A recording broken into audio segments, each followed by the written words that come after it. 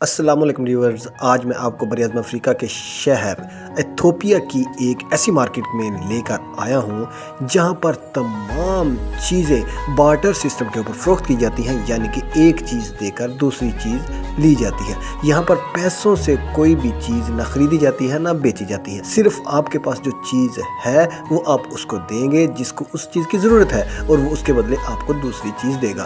اور دوسری اس مارکیٹ کی سب سے اہم خصوصیت یہ ہے کہ یہاں پر تمام چیزیں فروخت کرنے والی خواتین اور زیادہ تر بوڑھی خواتین ہیں۔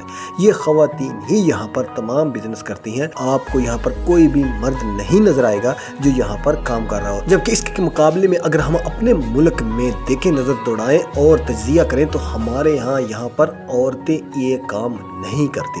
اس طرح کی مارکیٹوں میں جا کر عورتیں چیزیں فروخت نہیں کرتی۔ یہ ان کا سمجھ لیں بالکل ایسے ہی ہے جیسے ہمارے پاس اتوار بازار، جمعہ بازار لگتا ہے، یہ ان کا بازار ہے۔ یہاں پر چیزیں اسی طرح فروخت کی جاتی ہیں۔ میں آپ کو دکھاتا جاتا ہوں ساتھ ساتھ کون کون سی چیزیں فروخت ہو رہی ہیں، کس طرح فروخت ہو رہی ہیں۔ یہ جو پورشن میں بھی آپ کو دکھا رہا ہوں، یہاں پر سبزیاں فروخت کی جا رہی ہیں، یعنی کہ جس چیز کی آپ کو ضرورت ہے وہ چیز آپ اس سے لے لیں گے اور اس کی ضرورت کی چیز اس کو دے دی جائے گی۔ باقی دنیا میں تو تقریباً بارٹر مینز کا نظام ختم ہو چکا ہے، لیکن یہاں پر ابھی بھی یہ بارٹر مینز نظام چل رہا ہے، یعنی کہ ایک چیز دو دوسری چیز لو۔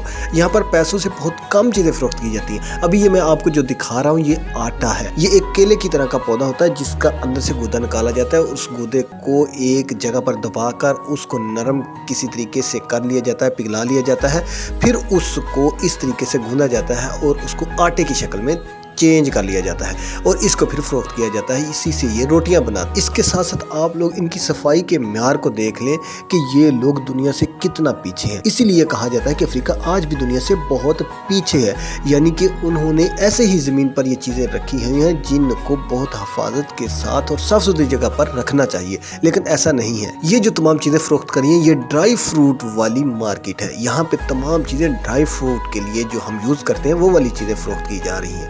یہ سمجھ لیں ان کا ایک کمبائنڈ اتوار بازار کی طرح کا ایک بازار ہے جہاں پر آپ کو تمام ضرورت کی چیزیں اور ہر طرح کی چیزیں آپ کو میسر ہوں گی، مل سکتی ہیں۔ ابھی یہ آگے سبزیاں، جس میں سب سے پہلے یہ دیکھیں شکرگندی، جو پاکستان میں بھی یوز کی جاتی ہے، وہی شکرگندی یہاں پر فروخت کی جا رہی ہے۔ یہ ان کے شکرگندی بھی یوز کی جا رہی ہے اور فروخت کی جا رہی ہے۔ آپ دیکھ سکتے ہیں کہ کتنے زبردست طریقے سے انہوں نے یہ چیزیں سجائی ہوئی ہیں اور تمام چیزیں عورتیں فروخت کر رہی ہیں۔ یہاں یہ پھر ادھر سبزیوں کی مارکیٹ آ گئی ہے جہاں پر آپ کو پیاز، آلو اور اس طرح کی باقی چیزیں نظر آ رہی ہوں گی۔